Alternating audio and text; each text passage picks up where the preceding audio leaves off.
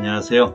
김도일 목사입니다. 성경 읽기의 중요한 원리 중에 하나는 문맥을 따라 읽는 것입니다. 문맥을 벗어나면 성경을 오독하게 되고 성경의 오용은 결국 우리의 신앙을 약화시키게 됩니다. 오독과 오용의 구절들을 풀어드리는 시간, 김도일 목사의 아하 17번째 시간 시작하겠습니다. 오늘 말씀은 열왕기상 19장 1절부터 8절 말씀입니다. 아합이 엘리야가 행한 모든 일과 그가 어떻게 모든 선지자를 칼로 죽였는지를 이세벨에게 말하니 이세벨이 자신을 엘리야에게 보내어 이르되 내가 내일 이맘때에는 반드시 내 생명을 저 사람들 중 한 사람의 생명과 같게 하리라. 그렇게 하지 아니하면 신들이 내게 벌 위에 벌을 내리심이 마땅하니라 한지라.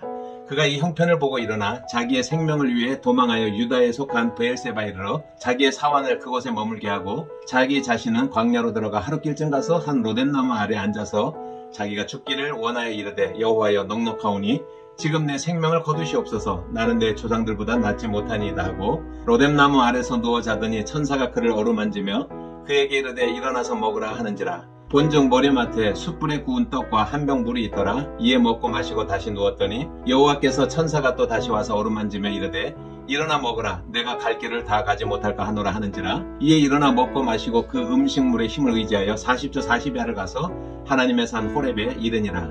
이 본문은 엘리야가 로뎀나무 아래서 죽기를 간구하는 장면입니다. 벌써 오래된 일입니다만 어느 목사님께서 설교집을 책으로 엮으셨는데 그 제목이 로뎀나무 그늘 아래서였습니다. 당시로서는 그 책을 보면서 제목이 참 멋있다는 생각을 했던 기억이 납니다. 그로부터 많은 시간이 지난 지금은 더 이상 로뎀나무 그늘 아래서라는 제목에 끌리지 않습니다. 로뎀나무는 브엘세바에서 시나이 반도에 걸치는 광야에서 흔히 볼 수 있는 관목입니다. 흰꽃이나 연보라색 꽃을 피우는 로뎀나무는 다 자랐을 때의 키가 1m에서 한 2m, 3m 정도에 불과합니다. 따라서 사막의 뜨거운 햇볕을 피할 수 있는 그늘을 만들어주기에는 역부족입니다. 제가 로뎀나무 사진과 꽃을 보여드립니다. 나무 그늘이 있는지 잘 한번 보시기 바랍니다. 제가 2008년 이 지역을 방문했을 때 실제로 로뎀나무를 보고서야 깨달은 것이 있습니다. 엘리야가 뜨거운 광야를 걷다가 지칠 대로 지친 상태에서 만난 로뎀나무의 그늘에서 털썩 주저앉아 잠시 쉬면서 스스로 처지를 생각하며 한탄한 것이 아니었구나. 오히려 엘리야가 지쳐 쓰러진 곳에 마침 로뎀나무가 있었다는 정도로 읽어야 한다는 것입니다. 오늘 열왕기상 19장의 주인공은 로뎀나무가 아닙니다. 그렇다면 열왕기상 19장은 과연 어떤 이야기일까요? 결론을 먼저 말씀드리면 열왕기상 19장의 주제는 엘리야의 영적인 침체에 관한 것입니다. 엘리야가 영적 침체에 빠졌을 때 하나님은 그를 책망하거나 징계하지 않으셨습니다. 오히려 엘리야에게 먹을 것을 공급하며 그를 회복시키셨고 또 그에게 새로운 사명을 주십니다. 19장은 열왕기상 18장과 시간적으로 연결되어 있습니다. 따라서 열왕기상 18장과 19장은 별개의 사건이 아닌 시간적인 연속성 속에서 읽어야 합니다. 사실 열왕기서 18장 갈멜산에서 엘리야는 정말 엄청났습니다. 바알과 아세라의 거짓 선지자들과 850대 1의 영적인 전쟁에서 승리를 거두었고 갈멜산 꼭대기에서 그가 기도할 때 3년 반 동안의 가뭄이 멈추는 큰 비가 내리기도 합니다. 그리고 아합 왕이 마차를 타고 이스라엘로 돌아갈 때 엘리야는 마차보다 앞서 달려가기도 합니다. 아합 왕도 엘리야도 이스라엘로 들어섰습니다. 아마 사마리아 성이겠죠? 아합 왕은 북이스라엘의 수도를 이스라엘 골짜기에 위치한 사마리아로 옮겼습니다. 문제는 그 다음입니다. 아합은 왕비 이세벨에게 엘리야가 어떻게 바알과 아세라를 섬기는 선지자 850명을 죽였는지를 설명을 했습니다. 하지만 이세벨은 눈도 깜빡하지 않았습니다. 마치 철의 여인처럼 단단하고 그 완악한 그런 여인이었습니다. 아합 왕의 남편인 아합 왕의 설명을 듣고 이렇게 말을 합니다. 열왕기상 19장 2절 말씀입니다. 이세벨이 사신을 엘리야에게 보내어 이르되 내가 내일 이맘때에는 반드시 내 생명을 저 사람들 중 한 사람의 생명과 같게 하리니와 그렇게 하지 아니하면 신들이 내게 벌 위에 벌을 내림이 마땅하니라 한지라. 이세벨의 도끼 품은 보복 선언을 엘리야가 들었습니다. 제가 18장과 19장은 시간 차이가 없다고 연속적인 시간의 흐름이라고 말씀을 드렸죠? 이세벨의 말을 듣고 우리가 기대하는 엘리야의 반응은 무엇일까요? 적어도 몇 시간 전 아니면 하루 전 늦어도 이틀 전에 엘리야가 행했던 그 엄청난 일들이 여운이 아직도 남아있을 것입니다. 적어도 갈멜산에서 믿음과 신실함으로 이 북이스라엘을 구원한 믿음직한 영적인 지도자 엘리야라면 이세벨의 협박에 대해서 어떻게 행동해야 했을까요? 너 이세벨, 우리 북이스라엘과 그 백성들이 하나님을 떠나 우상을 섬기기 위한 약한 자여, 가증한 그 입을 닥쳐라. 내 목숨은 내게 달린 것이 아니라 만군의 여호와께 달렸다. 그리고 가능하다면 하늘을 우러러 하나님이여 벼락을 내리셔서 이 악한 자 이세벨을 멸하소서 기도할 때 벼락이 떨어졌고 이세벨은 벼락에 맞아 죽었다. 이러면 멋질 것 같은데 실제 사건의 전개는 다른 방향으로 흘러갔습니다. 열왕기상 19장 3절과 4절 말씀입니다. 그가 이 형편을 보고 일어나 자기의 생명을 위해 도망하여 유다에 속한 브엘세바에 이르러 자기의 사환을 그곳에 머물게 하고 자기 자신은 광야로 들어가 하룻길쯤 가서 한 로뎀나무 아래서 앉아서 자기가 죽기를 위하여 이르되 여호와여 넉넉하오니 지금 내 생명을 거두시옵소서. 내가 내 조상들보다 낫지 못하니이다 하고 엘리야가 갑자기 목숨이 두려워서 자기 생명을 위해서 도망갔습니다. 그것도 북이스라엘 경내 어디가 아니라 저 멀리 남유다 왕국에서도 남쪽 끝자락인 브엘세바까지 도망을 갔습니다. 그리고 다시 혼자 광야로 들어가 하룻길을 걷다가 지쳐서 쓰러져 탄식합니다. 여호와여 넉넉하오니 지금 내 생명을 거두시옵소서. 나는 내 조상들보다 낫지 못하니이다. 엘리야의 이 모습을 마침 곁에 있던 로뎀나무가 말없이 증인으로 지켜보고 있었던 것입니다. 우리가 알았던 엘리야의 모습이라고는 상상할 수 없는 한 초라한 인간의 모습입니다. 이게 가능할까요? 어제 하나님의 용사가 단 하루 만에 이렇게 무너질 수 있나요? 네, 가능합니다. 그래서 제 기준으로 열왕기상 19장의 주제는 영적인 침체, 탈진에 관한 것입니다. 물론 저는 영적 침체와 탈진의 원인과 치유를 말할 만한 지식도 자격도 없고 또 여기서 언급할 성격도 아닙니다. 그저 본문을 중심으로 살펴보겠습니다. 영적 침체는 누구에게나 올 수 있습니다. 엘리야처럼 그것이 하루아침에 나타날 수도 있습니다. 엘리야의 경우 아마 탈진과 관계 있을 수 있습니다. 사실 말이 그렇지 18장의 상황들이 엘리야에게 엄청 집중을 요구하고 긴장과 압박감을 주고 있었을 것입니다. 마침내 그가 모든 상황을 마무리했을 때 엘리야에게 탈진이 왔을 것을 추론하는 것은 그리 어려운 문제가 아닙니다. 이때 이세벨의 말을 듣는 순간에 영적인 침체로 연결되었을 것입니다.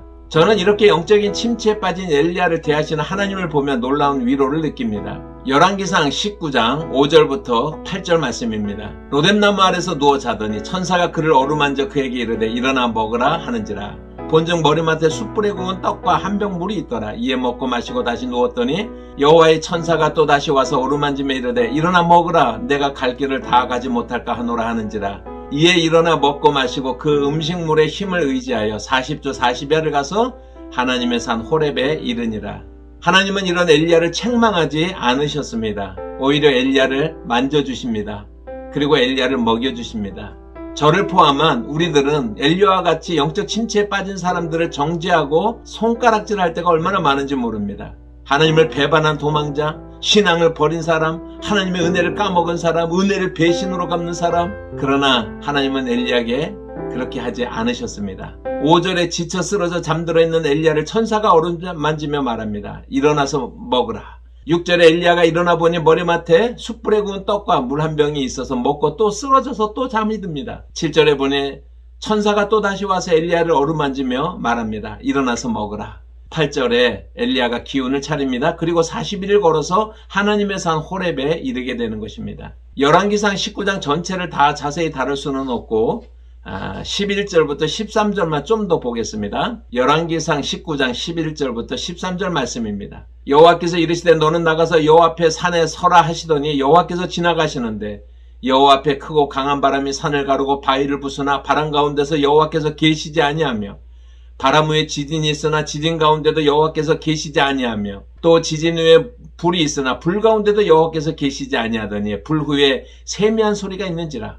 엘리야가 듣고 겉옷으로 얼굴을 가리고 나가 굴 어귀에 섬에 소리가 그에게 임하여 이르시되 엘리야야 내가 어찌하여 여기 있느냐. 역시 잘 알려진 구절입니다. 호렙산의 굴 밖에 엘리야가 서 있을 때 그가 경험한 것들입니다. 크고 강한 바람 후에 지진이 있었고 지진 후에 불이 있었습니다. 신화의 기록에 의하면 바람이나 불, 지진은 고대 중근동 지역에서 신적 임재의 상징으로 사용되어지는 그러한 그 상징들입니다. 11절과 12절의 핵심은 바람, 지진, 불이 차례로 엘리야 앞에 모습을 드러냈지만 그 가운데 여호와께서 계시지 않았다라는 것입니다. 바람 가운데 여호와께서 계시지 아니하며 지진 가운데도 여호와께서 계시지 아니하며 불 가운데도 여호와께서 계시지 아니하더니 이 세 가지 현상이 무엇을 설명합니까? 갈멜산에서 엘리야가 행한 세 가지의 능력, 850대 1의 전쟁, 가뭄을 그치는 기도 응답, 허리를 동이고 그 마차 앞을 달리는 엘리야 모습과 오버랩되는 것입니다. 바람, 지진, 불은 능력이고 힘입니다. 사람들은 이런 능력을 행한다고 보여지는 사람들에게 모여듭니다. 그러나 지금 바람, 지진, 불 가운데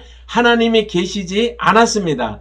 오히려 이 세 가지 현상이 지나간 후에 세미한 음성이 있었고 엘리야가 그 소리를 듣고 하나님께 반응합니다. 열왕기상 19장 12절 하반절부터 13절 말씀입니다. 불 후에 세미한 소리가 있는지라 엘리야가 듣고 겉옷으로 얼굴을 가리고 나가 굴곡에 서서 소리가 그에게 임하여 이르시되 엘리야야 내가 어찌하여 여기 있느냐. 이 장면은 19장의 절정입니다. 존 빕스는 이렇게 설명을 하고 있습니다. 조용한 속삭임, 세미한 음성이 나는 번역은 그 수수께끼 같은 히브리어를 정확히 표현하지 못했다. 그 히브리어의 더 정확한 의미는 짧은 침묵 소리일 것이다. 그러면서 이 신학자는 이렇게 설명을 이어갑니다. 하나님이 항상 눈에 보이고 극적인 방식으로 일하시는 분이 아니라는 사실을 생생하게 입증한다. 하나님은 침묵 속에서 일하시기로 선택하실 수도 있다.